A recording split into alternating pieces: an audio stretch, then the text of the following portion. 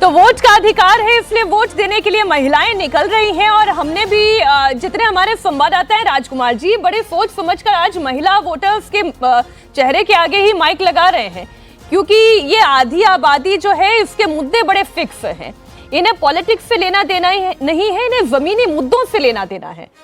और परिवर्तन की बात दिखाई दे रही है, मुझे तो कम से कम इन बयानों में दिखाई दे रही है। देखिए, इसके दो तीन एंगल है। एक तो पश्चिम बंगाल में महिला मतदाता बहुत वोकल है। हमने पिछले चरण में भी देखा, महिलाओं ने बढ़ चढ़ के वोट डाले हैं। हर चुनाव में उनका जो वोटिंग परसेंटेज है बढ़ रहा है। दूसरा एंगल ये है कि ममता बनर्जी के जो दो कोर वोट बैंक हैं, एक माइनॉरिटी, दूसरा महिला है, उस दृष्टि से महिलाएं महत्वपूर्ण है। और तीसरा, महिलाएं मुद्दे तो चुनने में माहिर हैं अपना। उन्होंने स्पष्ट तौर पर, जैसे पिछले राउंड में हमने बात की, अलग अलग महिलाओं ने अलग अलग मुद्दों पर बात रखी, यानी मुद्दों की समझ उनको है, वो एनालाइज करती हैं।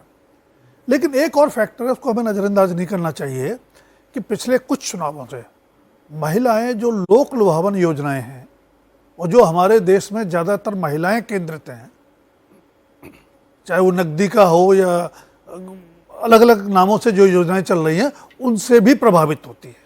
उनसे तो ही प्रभावित बहुत हो रही है सर। बिहार में वरना सरकार रिपीट क्यों होती, महाराष्ट्र में बीजेपी कैसे जीतती, मध्य प्रदेश में कैसे आती, वो बात बिल्कुल ठीक है। तो यही वादा तो क्यों नहीं होगा? पश्चिम बंगाल में 1500 रुपए मिलते हैं, पश्चिम बंगाल में बेटी की शादी 3000 का वादा भी तो है देवेंद्र। पश्चिम बंगाल में 1000 रुपए मिलते हैं, 1500 का वादा है टीएमसी की तरफ से। बीजेपी वहां पर 3000 का वादा कर रही है और टीएमसी की तरफ से ये दिखाया जा रहा है कि दिल्ली में बीजेपी की सरकार आ गई और बीजेपी ने धनराशि नहीं दी। बीजेपी ये कहती है कि बिहार में तो हमने 10,000 रुपए दिया और सटा हुआ पड़ोसी राज्य है, बंगाल में भी ये काम होगा। तो ये नैरेटिव दोनों तरफ से चल रहा है और ममता बनर्जी की ये ताकत रही है। महिला वोटर्स के हिसाब से अगर आप बात करें तो लक्ष्मी भंडार योजना उनकी सबसे सफल योजनाओं में से है, जिसके सहारे उनको बहुत ज़्यादा सीटें मिली चुनाव में। और आप देखें तो ये पैटर्न हर जगह, जिन राज्यों का आपने नाम लिया, झारखंड भी उसमें देखिए कि झारखंड में जेएमएम की सरकार ने उसको दिया, उसको फ़ायदा मिला, तो एक ट्रेंड रहा है।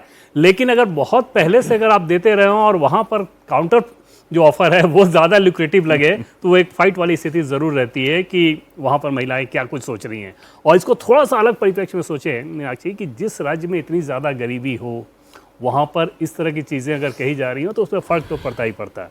और इस बार के इलेक्शन में वो भी एक बड़ा इशू है कि 1000 मिलना, 1500 का वायदा या 3000 देने का वायदा, उनमें से कौन ज़्यादा प्रभावी रहेगा। बात ठीक है, लेकिन जो एक रोजगार का मुद्दा है, इस पर भी महिलाएं बहुत बढ़ चढ़कर बोल रही हैं। आज पश्चिम बंगाल की इकोनॉमी आप देखें, इतना कर्ज पश्चिम बंगाल पर है कि जीडीपी का, बजट का एक बड़ा हिस्सा जो है वो केवल कर्ज उतारने में जा रहा है। तकरीबन 20 से 25% का ये हिस्सा है। अजीत जी, सच्चाई तो ये है कि बात रोजगार की भी होनी चाहिए, बात पलायन की भी होनी चाहिए, बात किस तरीके से वहां पर इंडस्ट्रीज फेल हो गई, और एंटी इनकम्बेंसी। क्या ममता बनर्जी के साथ वो एंटी इनकम्बेंसी फैक्टर काम नहीं कर रहा है? क्या एक फटीग फैक्टर नहीं है? देखिए, अब आजकल एंटी इनकम्बेंसी हर जगह कमजोर हो गई है। एंटी इनकम्बेंसी एक समय ऐसा फैक्टर होता था जिसे सरकार बदलती थी, लेकिन पिछले 10-15 साल से हम लोग देख रहे हैं कि एंटी इनकम्बेंसी नहीं हो रही है, अनलेस की सरकार कांग्रेस की ना हो। कांग्रेस की सरकार जरूर एंटी इनकम्बेंसी में जा रही है, लेकिन दूसरी पार्टियों की जो रीजनल पार्टीज हैं, उनकी सरकार या बीजेपी की सरकार, आप देखिए इनकम्बेंट लगातार रिटर्न कर रहे हैं, सरकार में आ रहे हैं, वापस आ रहे हैं। तो उसको डिफाइन हम लोग जब करते हैं तो इनकम्बेंट एडवांटेज उसको बोलते हैं। जो इनकम्बेंट एडवांटेज है वो ममता बनर्जी को निश्चित रूप से होता है। इनकम्बेंट को एक बड़ा एडवांटेज ये होता है कि आपकी वेलफेयर डिलीवरी टाइमली होती है और हो जाती है। जैसे अभी कह रहे हैं ना देवेंद्र जी की, उसने पैसा 1000 देना शुरू कर दिया और हमको लग रहा है कि इस चुनाव के ठीक पहले उन्होंने अनाउंस कर दिया कि हम ये 1500 भी देना शुरू कर देंगे, और जो एससी हैं उनको 1700 देना शुरू कर देंगे, और जनरल महिलाओं को 1500 देना शुरू कर देंगे। तो ये जो डिलीवरी मैकेनिज्म है वो इनकम्बेंट का एडवांटेज होता है।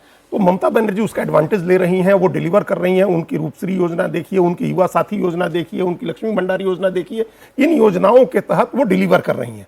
तो एक तो उनको इसका एडवांटेज निश्चित रूप से है। और ये बात जो पूछी जा रही है, तो सुन के आए हैं देवेंद्र जी, तभी उन्होंने कहा, हम लोग तो अखबार में पढ़ रहे थे, भाई 2500 कहाँ देना शुरू कर दिया दिल्ली में आपने, अभी तो नहीं दे रहे हैं आप।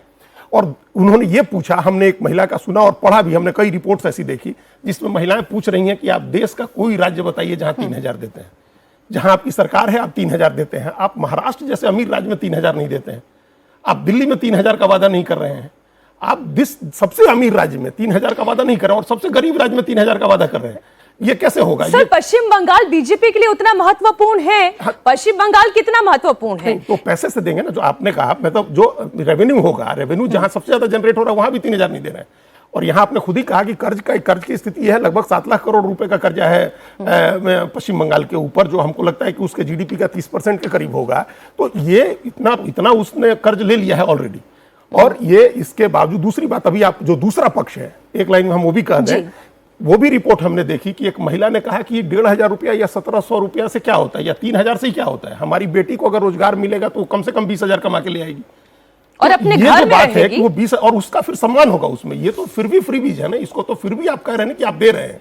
20,000 अपनी मेहनत से अगर वो कमा के ले आएगी तो उसका आत्मसम्मान बचेगा, उसकी गरिमा मर्यादा बढ़ेगी, उसका अपने को वो महत्वपूर्ण फील करेगी। तो रोजगार क्यों नहीं व्यवस्था करिए कि आप ये देने की बातें हो रही हैं? ये बहुत बहुत जेन्युइन कंसर्न है। एक